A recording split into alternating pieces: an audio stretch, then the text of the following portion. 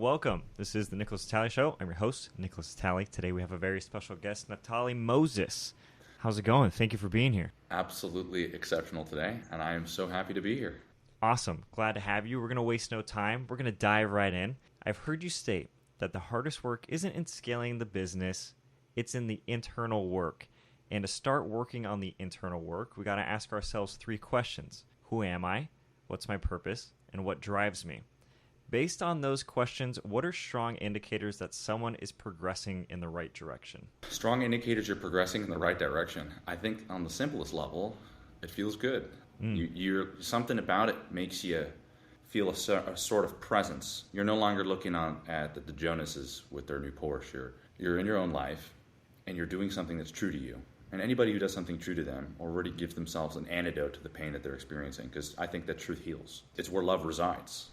And when we all want love, I think everybody wants love. I noticed that when people start this internal work by asking themselves those questions, it puts a little bit of a lens into your own eyes for just a second.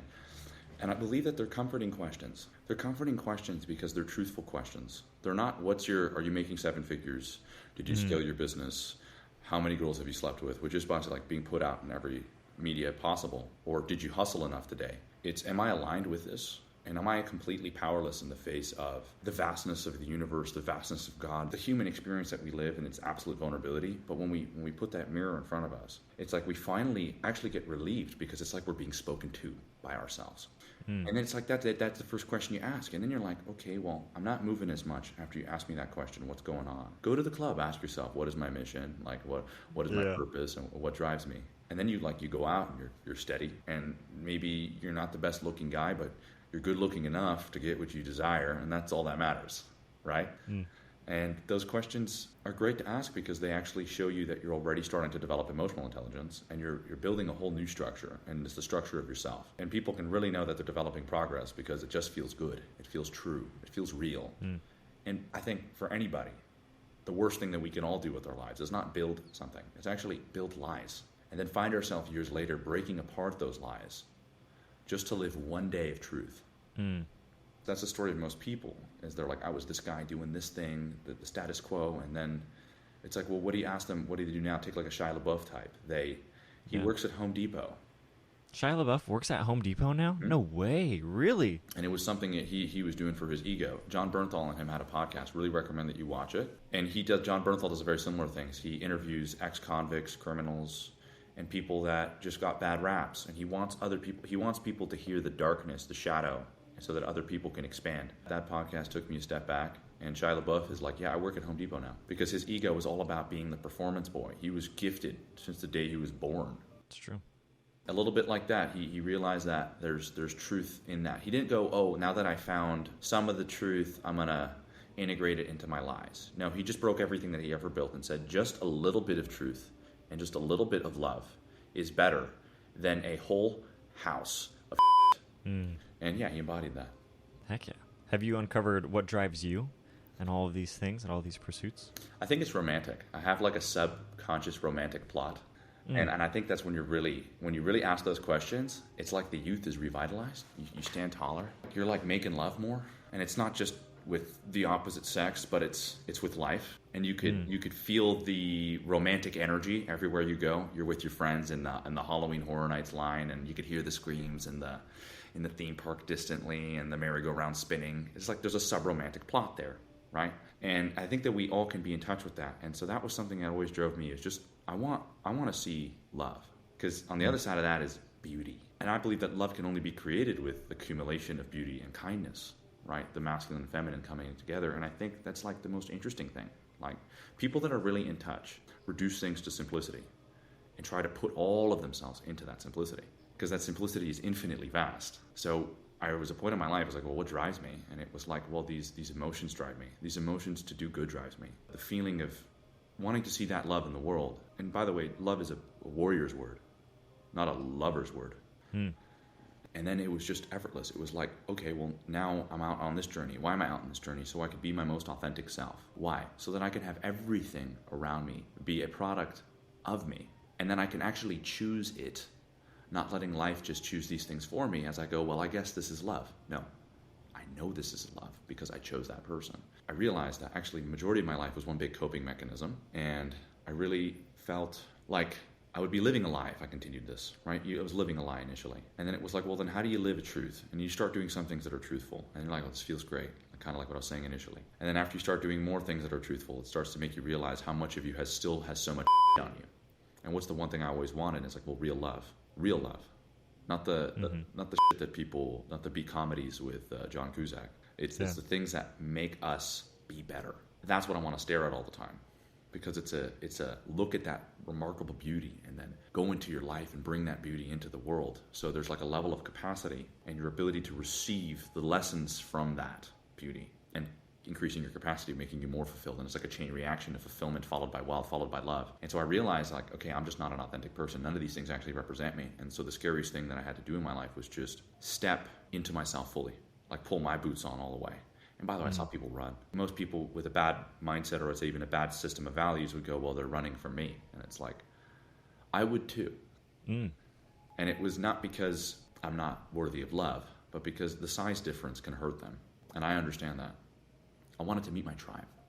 I wanted to build a tribe. And I believe that if I can do that in my life with my family and my friends, I make a joke with my friends, the Avengers Initiative. And it's like, well, why? Because it's like family among friends. It's kindness and beauty and the constant camaraderie and challenge, which brings out more love. And it's not like my friends are single at the moment. I'm not married. None of them are either, but we're all holding ourselves to a standard and we're only asking the best out of one another. And it's because finally one day I just want everything to be a representation of me so I can no longer blame anything else except myself. It's like, oh, that bullshit in that person was something I needed to do and confront. And we could show up together for one another. And it's not about perfection. It's just about bringing love. I want to see more of it. Yeah. Love is definitely a worthwhile pursuit. You brought up a lot of good things. One of them is finding the people that can hold you accountable to a high standard. That's fantastic. And I do think when you make changes in your character for the better, I think it can be scary for folks. And sometimes it's shedding skin like scales on a snake. And another thing that you brought up that I thought was interesting too was this idea of a coping mechanism. I've heard you talk about how we use fear as a coping mechanism, and it could be a fear of rejection, could be a fear of failure, could be a fear of success, but initially it's created to protect yourselves, but in reality it can kind of hold us back from these things. What's your take on overcoming those types of coping mechanisms that's like, you're doing your job, but it's not pointing us in the right direction. You know, you're not pushing us forward. It's when fear is not even utilized to protect yourself anymore. It's just actually sabotaging your life. Yeah. I think it's just the simplest understanding is just the most obvious one, which is we're not here to thrive. We're not here to build skyscrapers, or we're not here to paint beautiful art, film exceptional film, right? We're not even here to make love. And I'm not saying this, I'm just talking about like how we are evolutionarily made. And so it's like, well, we're here to survive, reproduce. That's it, right? So that's what's functioning on like a base level, and just like on an evolutionary level. And I noticed that a lot of the time people use fear as a signal to stop. One of the things that I've done in order to make it something effective is use it as a signal to act. And the only thing that stops us from not acting is the way that we'll be perceived when we experience fear. So it's actually like intention setting. So a lot of the time you could be afraid of things. And I'm actually for people being afraid of things, because it's pretty good when somebody pulls a gun out on you. I'd recommend you have a fear response. Yeah, you'd hope. And I think it's pretty good when bombs are going off and you could run. You'll run fast, right? Yeah. And it's also a great way to recognize things that you should probably avoid, like lions and tigers. So look at it that way, and you no longer want to get rid of it. And that's like a really powerful trick for a lot of people. Look at it as something that's part of you that's there to protect you, not as the thing that's holding you back. And like all emotions, they love recognition, and they hate when you resist them. So just do one thing, which is just label that emotion that you're feeling. I'm feeling scared as f***. And like, okay, any tigers in the room? No tigers in the room. So now there's the other thing, which is the thing that I truly desire in front of me, and then I feel paralyzed by this fear. I said, well, what's going to get me to the other side? The thing about fear is that sometimes it makes you, and then it shapes you. And then that isn't you, because that's not love. That's not you at a core level. It's not you at a godly level. There's something that I like to do, which is use it as a signal to act and remove your ego. Fear is not a problem. The way that you perceive yourself is a bigger problem than being afraid. And a lot of people forget that. Because sometimes being afraid was usually followed by a great relief and a great victory. So fear is usually a good indicator for, challenge to be overcome, right? But then what do we come in there as perfectionists? And that's where the real sabotage happens. Fear is not the problem.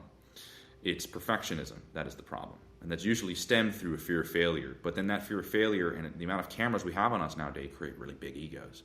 And so what ends up happening is that opposed to us just being afraid and acting and making a fool of ourselves and then laughing at the fact that you just confronted the thing that you were afraid of, we go, afraid. Uh-oh. Now I'm afraid of my own self-image being destroyed. And then you become paralyzed. So it's like there's fear on one side of you, and then there's that feels like you can't move back. And then there's the ego right in front of you, and then that paralyzes you and crystallizes you, and you can't move. So I like fear as a signal to act, and that was a great thing that retrained my nervous system to feel less of it. It was like I'd see a big roller coaster, fear, and I'm like, okay, we're going on this. Voluntary decision to confront it creates a release. If my brothers were to drag me, throw me on it, last minute I wake up, I'm like, what? Oh no, I'm on this roller coaster, right? I'm going to hate them. I'm going to be traumatized. And it was not something I voluntarily took upon myself. So when people see fear walk in, the difference between you overcoming that is just the belief. So just kind of welcome it and go, okay, and let me try to reframe this as much as possible. So now you've made a commitment. I'm going to confront this thing. I'll speak to that girl. I'll go take that job. I'll call my boss. I'll talk to this person I probably need closure with. Because that's the signal, is the fear, because you know that there's something that needs to be investigated there. And then on the way, or in the line on the way to that roller coaster, you're trying to reframe it and see it as many different ways as possible while using yourself relative to that challenge. Okay, if I'm going to fight this dragon, what do I got? It's like, okay, I got this. I got some tools here. We got some stuff here. So you're learning a lot about yourself, and that thing is going to stay what it is. And then you're like, well, maybe it's not that big. All right, all I got is a stone and a slingshot. Yeah. And that's a big giant. That's a David and Goliath metaphor. He wasn't afraid. Like, clearly he had faith. That's like the only antidote to it. And so you're like, okay, well, you check your pockets. You got a slingshot and a rock. And then you're like, well, that's all I got. And then you look at the dude and you're like, well, 12 feet, at least 1,000 pounds. He's got a sword that's bigger than me. And wow, that forehead is massive. I think I know where I'm going to put this rock. Yeah. So it was a commitment. And it starts with, I'll slay Goliath. And okay, then why the would you say that? That's a giant. You're a small little man. And I was like, well, I got belief. I got faith. And it went from being afraid to realizing that if you want to never feel afraid in your whole life, develop a superpower. That superpower is not being Mr. Courageous Superman, bulletproof. It's called being a man of faith. You'll learn something about the universe. And I'm learning this now. I'm new to the game, man. I promise you, I'm new to the game. That if somebody said I can have any superpower, it would be faith. There is nothing more powerful. Faith that I just need one rock and that forehead, right? And then do you ever think about it? Like when people are really, really in touch, there's a disproportionate confidence that comes with it. And fear, what is it? Just another poor little thing. Yeah. There's these stories, they reoccur, they speak to us, right? Like David and Goliath. It's like, it's an archetype at this point. And what is Goliath? Well, the thing that every person should fear. And well, what are you as David? The youngest of 10 brothers. Not the biggest, the smartest, or the strongest. But he had courage. He had faith. He had belief. That's what we should be working towards, right? So I forget the seven-figure company. Try developing those things. And then the seven-figure company is just another game that you play. Yeah. It's a byproduct. Man, those are all interesting. You brought up, well, one, I think I agree with you in the sense that the more we take action, the more we're going to realize what we're capable of and kind of get rid of some of those fears. You know, like you're saying, voluntary action towards the things that make us uncomfortable cause growth. I think that's for sure true. We got to have faith. But you mentioned being new to the game. What was the event that caused, what was the catalyst that kind of flung you into this like self-development, realization, betterment kind of lifestyle? I'm new to the game because I'm always new to the game. When I started the game, I was new to the game. When I'm halfway through the game, I'm new to the game. The game keeps contributing. So I'm left forever a student, although my ego is the one thing that stops me from absorbing the knowledge, right? The student wants to be the teacher, right? But then I'm just an open vessel, though, so it's just pouring in, and you're like, well, okay, this is great. Now I become the teacher today. And then you still find yourself still in studenthood, and you're like, oh, my God. By the way, students have the ability to speak back to teachers and contribute and give to the science. In fact, sometimes they actually leave the universities to create a lot of the science, right? So it's like very interesting. And those aren't even the professors yet. So when I say I'm new to the game, is that I'm just constantly always learning from this, man. Like, I'm going to be honest with you. There's just one thing that's going to bring me down in my life. Just one thing. My ego. That's it. And when I say I'm new to the game, I wish people understood this more about me. My God, I love my ego. And it's not because I like the me and the I and feeling good. It's because I like to find that nice chair and be a little diva for a little bit. And then the more I sit there, the more internally in pain I am. And the way that I cope with it is through being this decorative peacock so that I can let everybody else know to postpone the pain until, of course, all pain catches up to you. So you got to confront it. So when I say I'm new to the game, man, is that I'm constantly making sure I'm getting good at being able to put my ego where it's supposed to be and allow it to help me experience joy, because that's what your ego is there to do. I noticed that when I go on these like, oh, bro, my ego died today, learned a new thing, and I worked with this client, we had this big breakthrough, I was experiencing less and less joy. So it actually had room in our life. It can't become the room. It has room.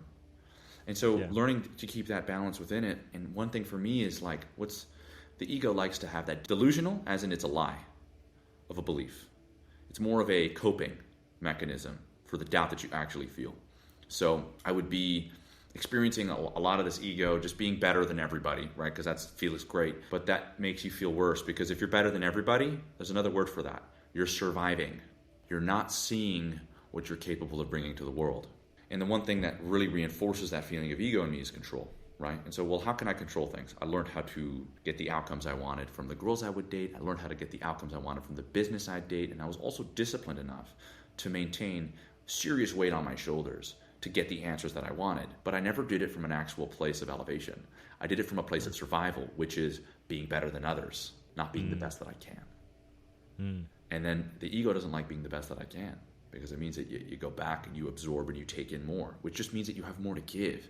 And if I'm somebody that wants love, then you got to be in that state, and you can't let the other one control it. And you got to let these guys be friends so that you can grow and live life and experience life and enjoy yourself too.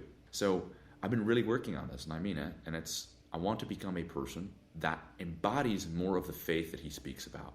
And I want to help other people let go of this control they seek and start feeling like they're worthy of the things that are on the other side of the control that they seek, and start that game. Because that game doesn't just have a finish line.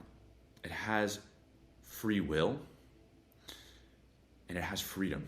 And I think that at the core of us, real love has freedom in it, and that's what we all desire. We all want freedom. So I realized that I was not free when my ego would just put me down in that chair going, oh, come on, more caviar. Yeah. And there's a certain point where you start feeling internally so unfulfilled that you know that you have to keep it in check. It's necessary. We all have to have those things. And so I mean it, man. I feel new to the game. And sometimes I'm coaching a client and they're explaining, well, what do you do about this one thing? And I'm like, I feel you, man. Like, I just figured this shit out last week. Okay? Yeah. I'm introducing it to you. Perhaps I can be the teacher, you could be the student. My ego's not here either. But we're both looking at what? The problem. And how do we solve it? Together. And I think that that's what's been missing in a lot of coaching and a lot of friendships and a lot of relationships, is accepting the roles. It's okay, but we're all here to solve this problem together. And as the teacher, the formula keeps teaching the teacher. And the teacher tries to teach the concepts better to the student, but the student is the relative creativity to the teacher to evolve the teacher, which means that they're working in harmony. And this equation or this mathematics or this God is constantly contributing to both of us. And so that's kind of what it is within myself. I dig it. I resonate with a lot of those thoughts. I think the pursuit of being in line with what you say about faith and being the person that follows the faith, definitely resonate with that. That hits home. And then what I've also found with some of the identity portion of the things is like your identity fuels your beliefs, fuels your actions, and then your actions contribute to your identity, which fuels your beliefs, which fuels your actions. And if you're not like ever analyzing some of those things, like taking apart the identity, like we mentioned, and saying, hey, something's missing here, that cycle is going to continue to spiral in a negative way or a positive way. There is a concept that I've heard you talk about, and it's about how society has pushed us to compartmentalize ourselves to a bunch of different versions, and that we end up disassociating for the majority of the day. Can you explain this concept more and how we can overcome it? That was a really old video of mine. I just started doing this when I spoke about that, which is like, it feels to me like most people sign contracts with the devil, and it cracks me up. That's so charming. Thank you so much. I appreciate that. That's really powerful. Absolutely. You know, I think it's fear drives us to that position, and fear only comes from a lack of faith, because then there's no integrity outside of the circumstance that you're in, which is why the most powerful belief anybody can have is God. I still stand by it. You could redefine it. I'm also here to tell you, I die on this grave. I die on it, which is you need a belief system. You call it what you like. Call it Mickey Mouse. As long as it's bigger than your ass, because you can't do shit. Until you understand that, that's when you're powerful. So I had this, I remember speaking at this live event when I did that video. And I was talking about how most people's whole lives are agreeing to things that they don't authentically agree to. Because society applauds it, they often go, well, okay, I'm going to do this because this is what everyone else wants me to do. And then I'm going to end up disassociating half of the day. And then you could go back to your life and you wonder why it's not fulfilled. And it's like, because you can't stand the life that you actually experience, that your subconscious, because that's what disassociation is literally going, where's the switch, dude? Just, oh my God, just turn it off. And actually, the full seminar that I had there, I actually spoke about the movies The Incredibles. I think that's the best way to do it. Sometimes these points just tell you a story. Go watch a movie, but watch it with intention. It'll save your life. I said, okay, well, what's The Incredible story? It's a story about super people. We all have super, and I think we all have that in our youth. And that's the thing about Mr. Incredible and Mrs. Fantastic and Frozone. It's that they were painted that they were young and they were doing what they loved, and because there was a world that promoted art and creativity and divinity and goodness. And then what happens is when, like all goodness and all creativity, it comes with capacity. So people will get hurt. And that's something we aren't too willing to deal with. And so one day somebody gets hurt by a super, which is an individual or a person that has that genuine creativity and spirit of God within them. And then years go by. Where do you find him? Well, he gets married, right? But the supers get shut down, right? There's going to come a point in life where your authenticity gets rejected. And then where do you find yourself? 250 pounds of pure strength in an insurance job going... Yeah. And they did a really good job of it. They didn't show you, look, this is haha funny, 9 to 5 suck. It was like, did you not see the story? Look where a superhuman, which we all are, has put himself. And it zooms out of the cubicle. Another head in the crowd. Individuality lost. And then years go by where eventually, and this is the story of everybody's life, you're going to sit down. You're going to be enslaved. You are going to be heartbroken. And you are going to fall into fear. 100%. Because that's part of life. You grow up, you experience all the things that you experience, and then there's a tragedy, and then it throws you into this void, and then you're given a choice. With as much beauty as you experience, you'll experience as much of a void as you experience. And then you're there sitting in the middle, on the floor, looking at all that darkness and all that light. And you go, well, what is the reason I'm going to choose light? Maybe it's all bad. What is the faith behind this, right? I believe that God is good and that he's created this world good. Then you go, well, light. And then it's like your power starts to come back. And then it's like you start to choose that. And that's why we see this a lot, is that success breeds success and love breeds love, and more friends breed more real friends, and more authenticity breeds more authenticity. And it only happens once you've made his choice. So going back to the Incredibles thing, is that you find that most people are disassociating because they've never even had an ability to process their pain. And then fear took over. But there's a certain point in everybody's life where I don't care how much of a desk jockey you are, something will hit you. It'll be a physical injury, it'll be a pinched nerve, it'll be a breakup, it'll be a financial loss. And we often go, oh no, fuck, that money was for my 401k at 60. Yeah. And when there was the day that you were given life, right? And so going back to Incredible stories, that when did he break free? And it's like, well, he lost his shit. Yeah. He nearly killed somebody. That's when he realized, I can't integrate this anymore. I'm out.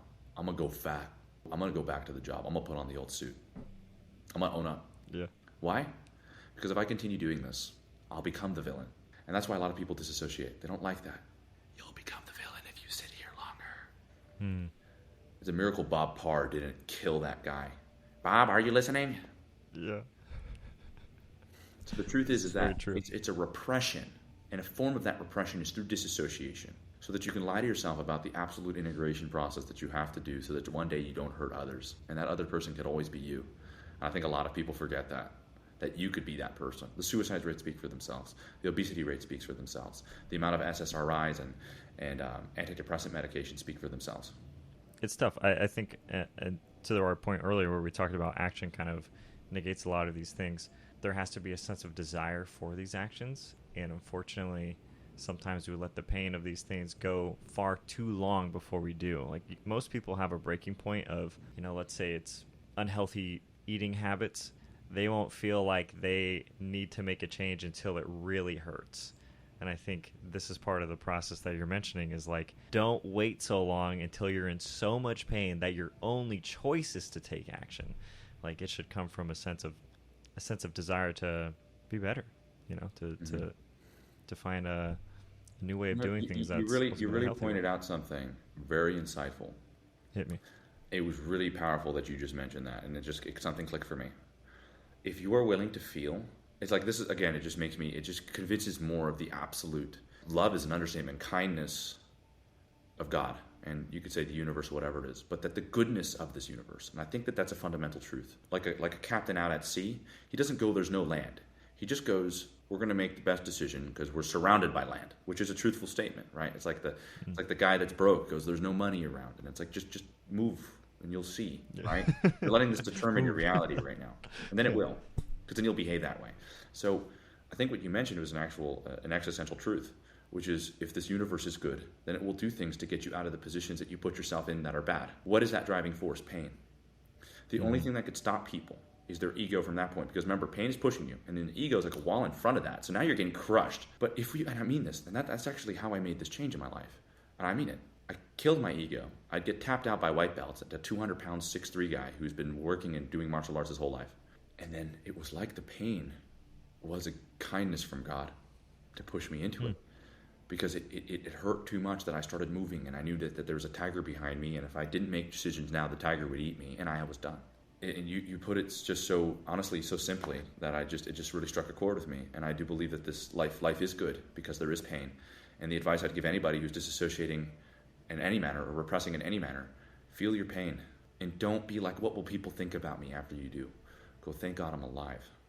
I don't care what people think about me. You want to know my favorite word? Help. Help. I know I might seem like a really intelligent guy. Put me on a computer, I'm a retard. I can't deal with emails. I can't look at them. I'm like, yeah, bro, see you at 2. And I'm like looking for the answer. The whole point is I'm not afraid to ask for help because I know that there are positions in power that I could put myself in. And then now your life becomes simpler. And I like that because now I can experience more of that love I was talking about. Lifestyle design, baby. I like it. And I think there's a lot to, making the jump quickly.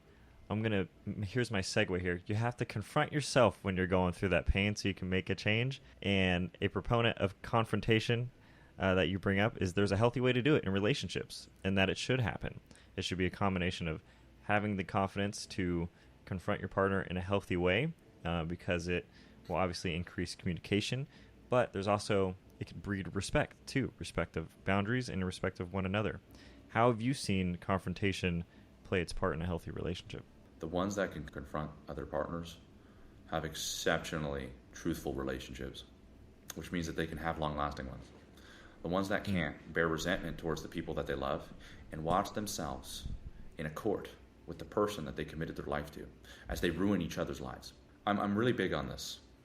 The most dangerous people are non-confrontational people because they can't even tell you what they're feeling when you ask them to do something, and they're not even strong enough to say no.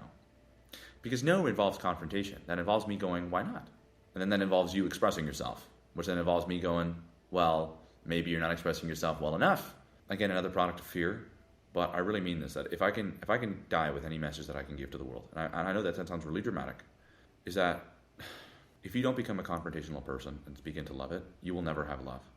You'll have a version of it, and it will feel good, and you will always be at the mercy of your own emotions, and even worse, at the mercy of that other person's emotions and moods too. Which means that you can't ask for anything in your life, that you can't communicate anything about yourself, that you'll look in the mirror and all you'll see is a weak person, and then you'll look at the people that you love, and then eventually every step that they do something in order to protect themselves, you'll paint them out as a villain. And every day that you go out in that car and you go away from that partner of yours, you're not coming back to your partner. You're painting a distorted picture in your head, which is only spiraling more lies because of your weakness. And then you come back there, and then you're like, well, now I'm going to confront that person, and you still have no courage to confront them, so that picture in your head of who they are turns them into a demon. And then, of course, who's the knight in shining armor? You, which is the most entitled, conceited, arrogant, naive, destructive thing that anybody can do. And so I try to teach people how to integrate a lot of who they are so that they can become them. Not villains, not heroes, real people that have genuine wants and needs and they just want to be close with you. And that's going to take two people. Confrontation scares so many people because of the upbringings they've had. They've been shut down. They've been rejected. And why would you do that now if I could just live a little bit longer? Believe me, it's a constant process that involves presence. I know that everybody goes, presence, presence, presence. And this is something, I mean this, like I said, I'm going to die on this message. So real love only can happen when there's respect. And you have to be able to respect the person in front of you by making sure that they have clearly set those boundaries. Respect is also saying no to the person that you love. Respect is also being able to communicate those feelings when it's important to communicate those feelings. So I kind of like a little framework. which is you want to have long-lasting romance with a partner, spouse, or friend. When they do something that irritates you in the slightest way, confront them. And when there is the joy of life, act on it. That's it. Celebrate it even. even. Present enough to recognize it. Remember a bad day at work, and then you come home, and then your wife's, babe, this thing happened, and I don't know what to do, and I misplaced the car, and it's this, and it's like, what do we often do? It's like, well, bad day at work. I don't want to deal with this because I'm entitled that I don't have to deal with this too, right? And it's like, well, why is work something I have to deal with? Why isn't that something I can't just see as like it's taught me today, right? Yeah. And still learn. And then you come home to your wife, and maybe she's having an awful day, and then you're like, no, I don't want to do this, and you avoid it. And that's like, that's the day that you burnt that bridge for that love making that you would have till your hundreds. You burnt it right there. And it's like, well, then what happens the next day? She really wanted to be heard. You said, I want to go to bed and turn on the TV. And then she didn't have the courage to go, sit down right here before I rip your off your body, which most women don't, which I don't blame you for not. And a lot of men are avoidant. They'll walk away, they'll go upstairs and be like, babe, please, right now, I had a long day at work. And they turn on the remote. And that's where your relationship died. Not 20 years later. You just embodied that behavior day after day after day after day. And what happened to your presence? And then with that presence, you lost your romance. And with that romance, you lost your love. And then it's like you're unrecognizable. You have all of these things, resentful things to write to somebody. At the end of 5 months even. And it was all because you didn't have the courage to speak up to yourself, because you actually never really cared. You taught yourself that caring was being apathetic towards these emotions. A lot of men have taught themselves that being strong is repressing your emotions and calling it stoicism. And in fact, those are people that do not care about their relationships. This will save you in business. It will save you in dating. You see your business partner and you go, you like these deals? But I remember somebody you want to do business with, make millions with. And you go, you like these deals? And then he goes, yeah, I'll do it, man. You know, you've been a really good friend to me. Grab the piece of paper, look him in the eye and go, for the sake of our business and for the sake of our friendship, respect me here. I'm going to ask you again. I felt something. You were hesitant. You were afraid. And you wanted to help me out. I'm not asking for a favor. Do those numbers suit you? And then he goes, yes. Then I go, great. Sign the contract. Well, let's never open up this envelope ever again. Let's make some money. Yeah. A lot of people are afraid of doing that. Why? I'll be perceived as some sort of monster. I'm a monster, actually. You are too. And I speak this to a lot of people. Understand that your monster allows you to have love. The man allows the child to play in the field, doesn't he? The child really gets to play when there's a father with a shotgun. Yeah, man, just hang out where I can see you. And it's like we don't show other people that. And the same thing in a relationship. Honey, I'm not in the mood. You were horny and you wanted to. This is very common. And I speak openly here because most people are like, oh, but I'm an alpha male. I get the whenever I like. No, you're not. Who cares? You're not getting laid. That's the problem. Let's solve that problem. And then she goes, oh, I'm not in the mood. And then you go, well, you know what? I had sex every day of the week. It would be so selfish of me to not let her be in her mood. What's that called? Rationalizing. It's called rationalizing. So you repressed an emotion and rationalize that emotion because of the fear of confrontation of there might be a fight. Do you know why I want there to be a fight, honey? Because I love you. And you know why I want there to be a fight, honey? Because I want you to hear what I'm actually experiencing right now. And you know that I want to communicate this to you? Because I only want there to be truth between us. And it's because I want our date in the morning to be even better than ever. And it's because I want our sex after this to be something that's actually real. And I just want to understand more about this situation. And I actually want to communicate the truth. I don't care how you see me. I care about us. And that's strength. So that is a message that I will absolutely dedicate my life to. Because it's not something that you can ever say too much. It has strength, it has courage, and it has truth. That right there, man, that's the godliness that I stand for. Yeah, and you need all three. Yeah, you have to meet all three for love's sake, for God's sake. I know a lot of people say God's sake, but it's really interesting, the whole God thing lately. I've been throwing it out a lot because it triggers a lot of people too, but it also brings people really close. That's what I found interesting. It brings people really, really close. It also separates people. So that means that there's truth here. It's polarizing. Anything that's authentic is polarizing. Anything that's truthful is polarizing. You see groups migrate like that, big divides. You're like, wait, hold a second. If we can communicate something here to make this, bring it together, well then that's great. Because right now we're seeing two magnet pieces with whenever that word gets thrown out. So I just really wish that people understand it as something that's universal, something that's just existentially true. It's not like don't think of church when you were 5 years old, or for me when I was in temple and everybody was going, shh, you're speaking at shul. And I'm like, wow, great, this is so much fun. Or when you had to hear a guy have a whole lecture in Hebrew and you didn't understand a word. And when they pick out the Torah and you don't understand shit, and all you have to do is sit down for 3 hours, and then your association to God becomes boring. Right? Like, I get it. To anybody that has a negative association to it, I get it. Rabbis, priests, and ministers, they run the rape culture, man. They're the forerunners. So I could see how they also run with the name of God, too, and it's really destructive. Hot takes. These are hot takes, Naftali. Yeah. Hot takes. Earlier, you brought up friends, too, in the course of the relationship aspect and of confronting when it's timely to, and ensuring that there is honesty between one another. And I know you also want in your friend group to have radical honesty. So tell me, what's the best advice Ben Hamer has ever given you? Ben Hamer? How do you know Ben Hamer? We have to know Ben Hamer. Well, you have to know Ben Hamer. Well, wonderful. Really great research. So Ben Hamer is a really good friend of mine. He lives in New York now. And if you know something about me, it's that if you're not in the same state as me, I love you. And that love never disappears. I just focus on the things that are in front of me. Ben Hamer really gave me perspective, and that's what he gave me. He gave me a really good perspective. I was 19 years old and an overachiever, and like all overachievers, you're never good enough because you're insecure. That's at the time where you have to integrate that insecurity by keeping it like as he doesn't get a throne, he gets a seat in the office. And then it starts to tell you what you could do to improve the business, so to speak. Yeah, that's the thing about friends is that like you really want to feel free with your friends. Know that you can tell them anything, like you're being a bitch right now. Or what is this behavior? It's like some egomaniacal narcissism. Or what the man? You said you'd show up at this time and you didn't. Like that's how family talks to each other, right? They're not like walking on eggshells. Like, Mom, you're correct. I shouldn't have spoken that way. It's like, Mom, what the? Where's the car? I said I needed it this week, right? Because that's actually kind of what love looks like. And you don't want to walk around eggshells with people that you love, but you also want to speak to them kindly and how they like to be spoken to. So I was driving in the car with him. I was 19. At the time, I was training people. I had plenty of exposure to people, and I always learned psychology, so I just practiced it even when I was younger. I came back from Israel. I had 30 clients that I was training.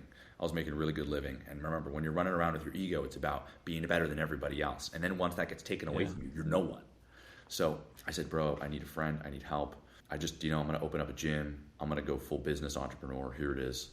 I got money. I'm going to throw it at it. And he's like looking at me, like freak out in the car as he picked me up. And I'm like, dude, I don't know what I'm going to do. I need to get these clients. And he's like, Naftali, are you 20K in debt? And I'm like, no. He's like, are you suffering from alcoholism? And I was like, no. He's like, shut the up. And I was like, whoa. If I ever felt love, that's what love felt like. He grabbed my hand and he said it again. So shut the up. And I was like, my God, it's the first step of humility there. My life got a lot better after that because I let go of that. I would have been Naftali Moses, the gym owner, right? And I noticed, you know what a lot of friends do? They go, I'm going to be a good friend and listen right now. No, it was pissing him off. He grew up and his father abandoned him at a young age. And we were always very close friends because we could always speak openly with each other, even when we disagreed. He was always hardworking, and he knew that he trusted himself because he knew he was hardworking. And his mother was a single mom who barely could afford paying the rent for a long time. And he was somebody that had to look to alternatives that he never thought he would have had to look for. And I'm out here, tall, dark, and handsome, 100K in the account, complaining about how I want to be an entrepreneur and that it's difficult. Shut the up. And it was like, you're right. If I really want the answers, I need to speak to myself lovingly, and I need to speak to myself fully realized. Because then I'm actually speaking to myself. I wasn't speaking to myself in the car to him. I was speaking to an insecurity. And I also wasn't speaking to my friend. And you don't think that friends can just God damn it, look at you. And then you're not no, what do you mean look at me? I'm still the shit even after you slap me. It's like, I'm not going to let you embarrass yourself here. I'm going to help you. Okay? And I think that the most valuable thing anybody can have in their life is good friends. Okay? I still stand by that. You could be in a trench in World War II. You could pull out a cigarette, and you guys haven't eaten in 2 days, and you've been shot at, and one of you's bleeding out, dying of gangrene. And you could smile. There's joy there. And what the hell? And now we exist in a world where most people don't even have friends. And I know so many people that I work with that are surrounded by people but have no friends. And it's because none of them actually see them. None of them invite them to fuck them up. None of them invite them into those close spaces because they're too afraid. Maybe they'll say something. And it's like, where's your value system? Where's your own structure? And every day, I mean this, I was telling this to my friend last night, I would fall into this, I'm caught by these 6 friends when I fall. And I melt completely. I'll hit the ground. And they're there, all with that net, and they catch me. And they don't just catch me and go get back up. They go, are you all right? Is everything okay? What do you need? Let's get you back up. Are you all right? Go ahead. You take care of this. You take care of this. Don't worry. I got you. Of course I'm crying all the time. Of course I'm new to the game. Because I'm powerless, you know? But I'm powerful when I know that I'm in control of the way that I feel in these in remarks, and that I can actually develop these relationships. Like, you're in control of that just by being what? Completely open. No fear of the rejection. Just completely vulnerable with belief that what you're presenting is beautiful. Yeah, Ben Hamer, man. I grew up with the guy, and profound things have only come out of his mouth, and he's only going to continue saying profound things. It's amazing. I'm glad he was able to give you that perspective shift in a timely moment. Oh man, it was a timely moment where I realized I talked too much. He gave you the humility. It was a metaphorical slap that right when you needed it. Yeah, and I think it's good to have friends that are going to be there for you, and they also say that vulnerability is, it's powerful. I think that's the reason many people are afraid of vulnerability, but it's often perceived as powerful because they're willing to expose what others are not willing to expose. Yeah, absolutely. Naftali, we are moving to the final question of the podcast. You've made it. Wonderful. We've powered through. We've got it. You've brought a lot of insight. I really appreciate you coming on here and sharing your philosophy and takes on things, and your desire to better other people through these ideas and concepts where they can tap into more confidence, more faith, and pursue the things that they want to pursue. So I'll start with that. Thank you for coming on and sharing those things. The final question of the podcast is, what does it mean to live a fulfilling life? I was hoping you wouldn't say something profound. There's 2 things that people need to live a fulfilling life. There's no question about it. You're going to have a system of values that you're going to have to anchor yourself to get some form of identity, because we're like limited beings with unlimited potential. We are 12 keys on the piano with an infinite amount of songs that you could play. That's a pretty big responsibility. Just remember that you're always 12 keys. So the reason why values are so important is because it could give you a reminder that you're always just these 12 keys. It'll ground you. And then you can start playing music, right? Every man is composed of their foundations and their beliefs, and those 10 beliefs, whatever they are, the 10 commandments, that's for me. And we have these belief systems and philosophies. Now, that's the beautiful part about it. You got a gun, right? You got things that you can protect yourself with. You got feet on the ground. And then there's your emotions.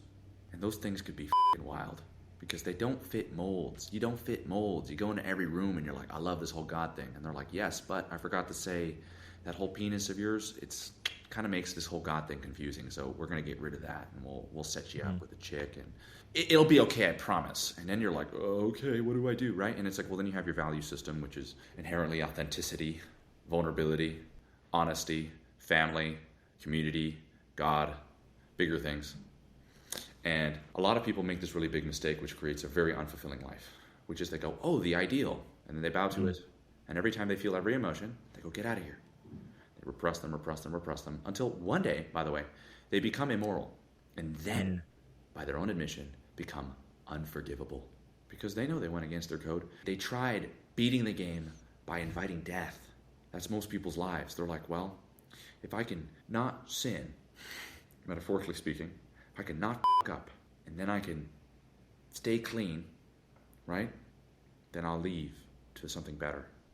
What's another word for that? I'm praying that I die really quick, because the time by which it's going to take me to integrate this sexuality, to integrate my spirituality, to integrate my physicality and the desires that I have for life is going to be longer than my ability to persist and hold them back. So somebody kill me quickly.